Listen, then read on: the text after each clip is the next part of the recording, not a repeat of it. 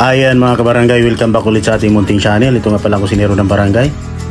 Ayan, magluluto tayo ng masarap na pansit. Walang iba kundi ang ating pansit habhab na nagmula pa sa Lucban, Quezon. Ayan, napakasarap naman talaga ng kanilang pansit na pinagmamalaki ng taga Lucban. Ayan, unang-una lutuin muna natin at syempre kayahin natin kung ano nakalagay ron sa kanyang recipe, sa kanyang description.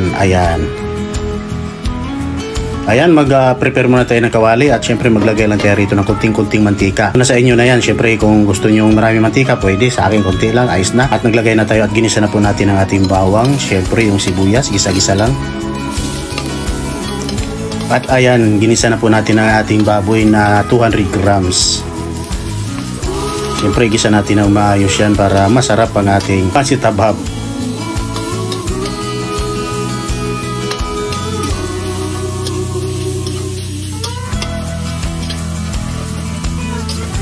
Ayan, gisa-gisa pa at saka natin ilagay yung atay. Ayan. Kaya nga pala siya tinawag na pansit habhab dahil ito daw po at pagka naluto, nilalagay lang natin sa dahon at pag nilagay sa dahon, direct habhab na. So hindi na natin kailangan gumamit ng ano pa mga kutsara or tinidor.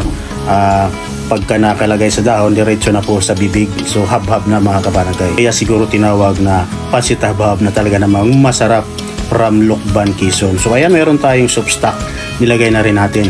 So yung soup stock nga pala natin, yun yung pinagpakuluan natin kanina ng mga buto-buto ng manok. Siyempre para masarap ang ating pansit habhab. Ayan, naglagay rin tayo rito ng paminta, shrimp cubes, siyempre kunting soy sauce at kunting bitchin, optional na sa inyo na po yan. Ayan.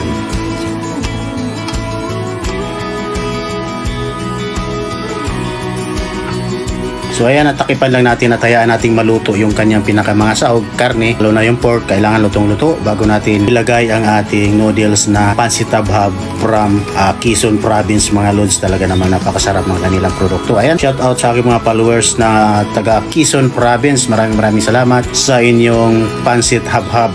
Ayan.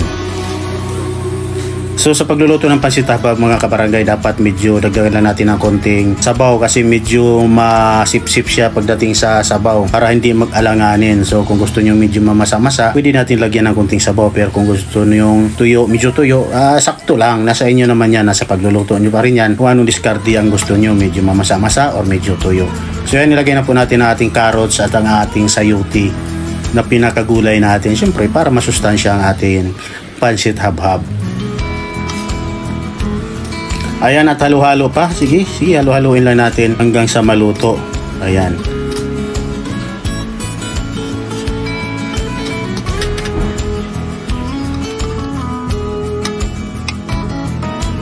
So ayan, takipan pa natin para talagang luto-luto yung ating noodles.